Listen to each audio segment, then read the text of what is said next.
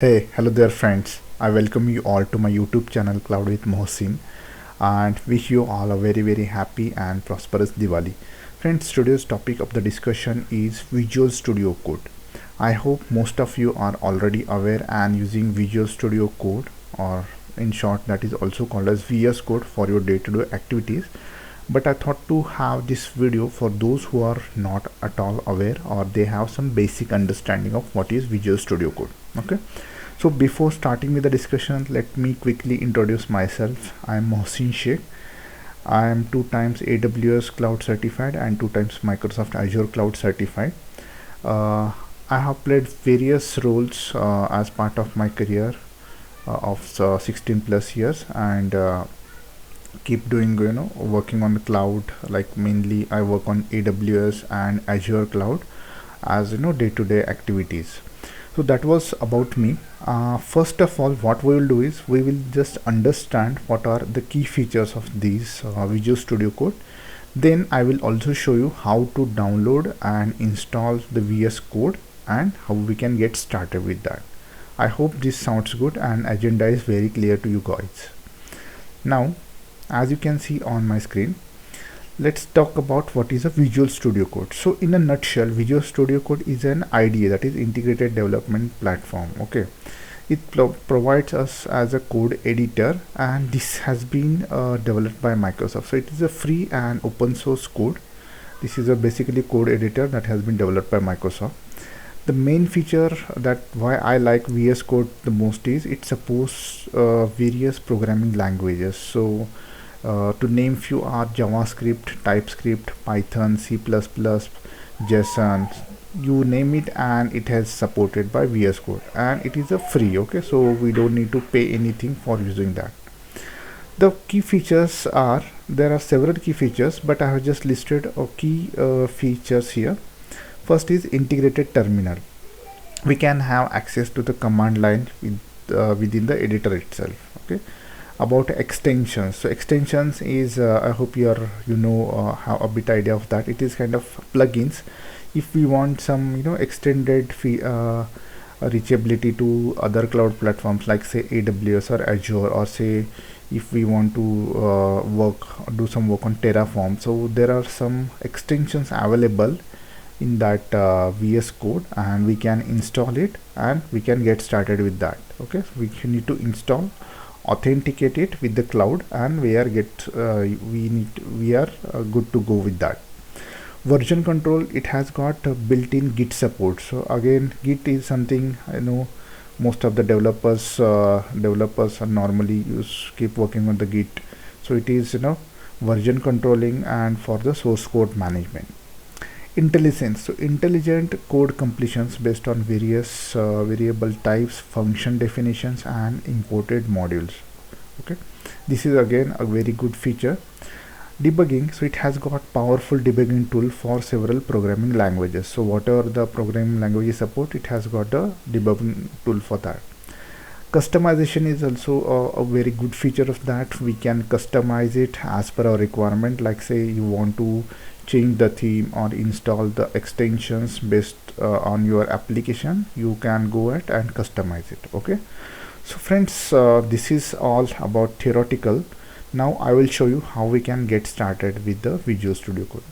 Okay, so you can see, to simply install it in the Google, you need to type Visual Studio Code. Okay, and based on your operating system you need to install. So right now I'm using Windows 11 OS. Okay, this is the link. Okay, you can click on this one as soon as you install type the Visual Studio Code, and here you can see. So if we are using Linux or Mac OS or Windows, based on that we can download. Okay, here you can see we need to download for Windows. Okay, and once we download it, so we can the download start. It's hardly around 100 MB of installer, and while post installation is done, it takes around 400 MB of overall disk space. Okay, so this is about how we can. So it is very straightforward the way we install any software. It is as easy as that one. Okay, I already installed it, and you can see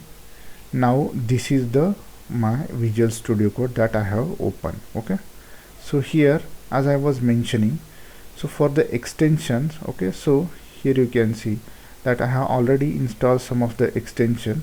If I open Amazon Q, so the Amazon Q is Amazon Code Whisperer. It was already earlier named as, and I already has created a video on how to use the Code Whisperer. So it is basically for the coding suggestions. Okay, so this is very important. Then you can check out my video on Amazon Q. Okay, so I have installed it. If I want to uninstall, simply click on this one uninstall button and it gets uninstalled. Similarly, I have also installed Amazon CLI. Okay, I can just uninstall and then probably I will show you. Okay, so here you need to just type whatever you want. Suppose I typed AWS. Okay, so it has given several suggestions. Say AWS toolkit. Okay, along with suggestion there's a bit information here. If you can see on my right side, okay, so there's some information about that as well. Okay, so it includes code catalyst, infrastructure composer, and support for lambda s3. Okay, so this is about AWS toolkit. Suppose I want to install Kubernetes. Okay, so this one. And one important thing is, as you install the extension, it will be listed here. Okay, so you can see, so I have already installed it, hence I can see Kubernetes here. Okay, so in the Kubernetes, so right now you can see Kubernetes has some components like clusters, Helm repos, clouds, etc. And right now it is showing unable to list Helm repos. Okay, do you know the reason for that? The main reason is, see, installation is one part. Okay, along with the installation we also need to authenticate. Suppose now if I have this S3, this is another extension, Amazon S3. So if you install it, it doesn't ends there. You need to authenticate with your AWS cloud, and there will be some trust relationship that should happen. Once that is done, then only you will be able to see your S3 buckets, whatever you have on your AWS cloud under this platform. I hope this is very clear to you guys. Okay, so the way, see, let me just quickly install this AWS toolkit. Okay, it is, you can see there is a blue button install, and within less than a minute it gets installed. Here you can see it is installing and it has been installed now. Okay, now I can see the extension here.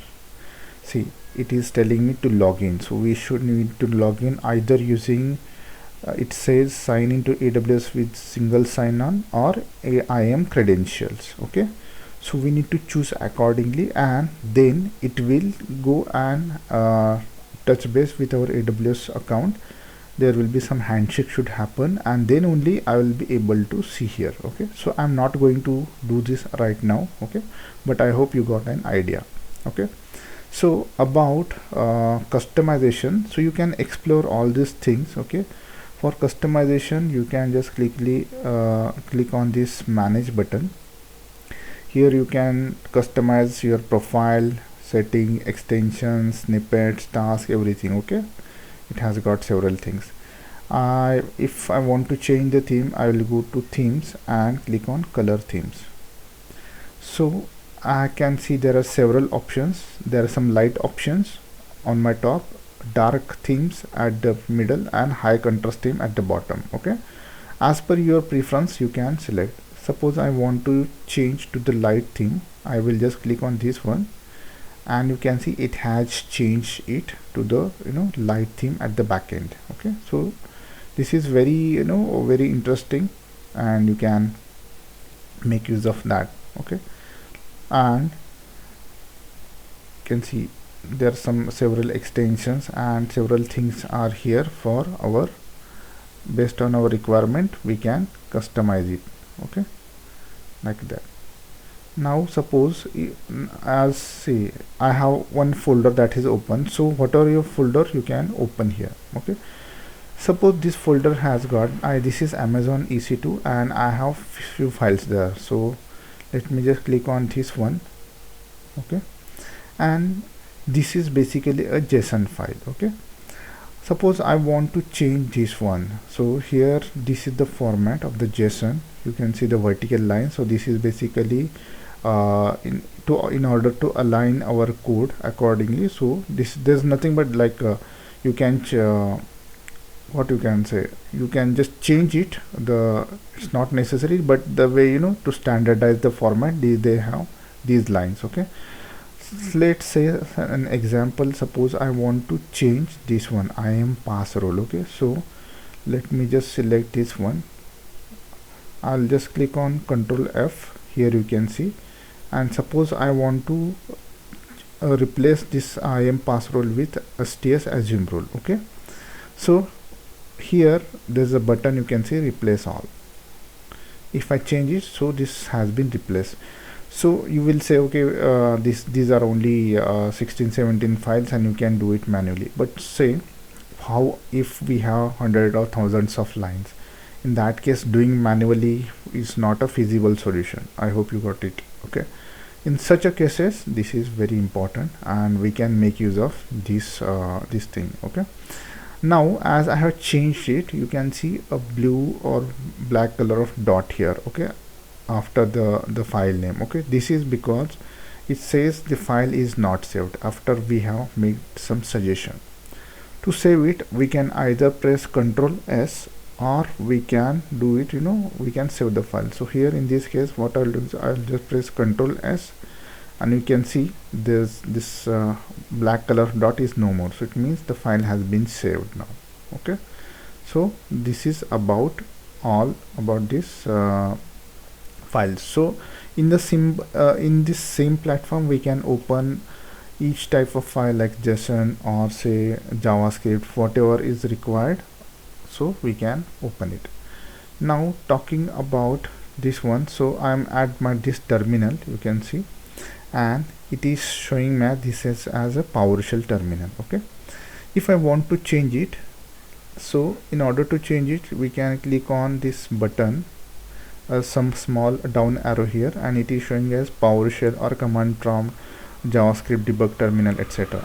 If I want to change it, I can switch to command prompt simply by this one, and it will show that we have in the command prompt. Okay, if we want to change it or delete it, we can simply click on this kill or delete button and this will be deleted. Okay, so in the same file, we can see output, debug, terminal, ports, code reference log, everything is available here. Okay, so this is very important and very interesting. Basically, I like working on this VS Code a lot because it provides ease of working on day-to-day activities. Okay, so this was all about it. I'm sure you will just explore it and you will get to know how powerful this tool is. Okay, so friends, that's it for today. I just wanted to show you while I was working on one of the code, I wanted to have a video on this one. So friends, thank you so much for your time. I really appreciate your time. Thanks for watching, and don't forget to like, share, comment and subscribe to my YouTube channel. This is Cloud with Mohsin, and have a great weekend ahead. Signing off now. Thank you. Bye bye.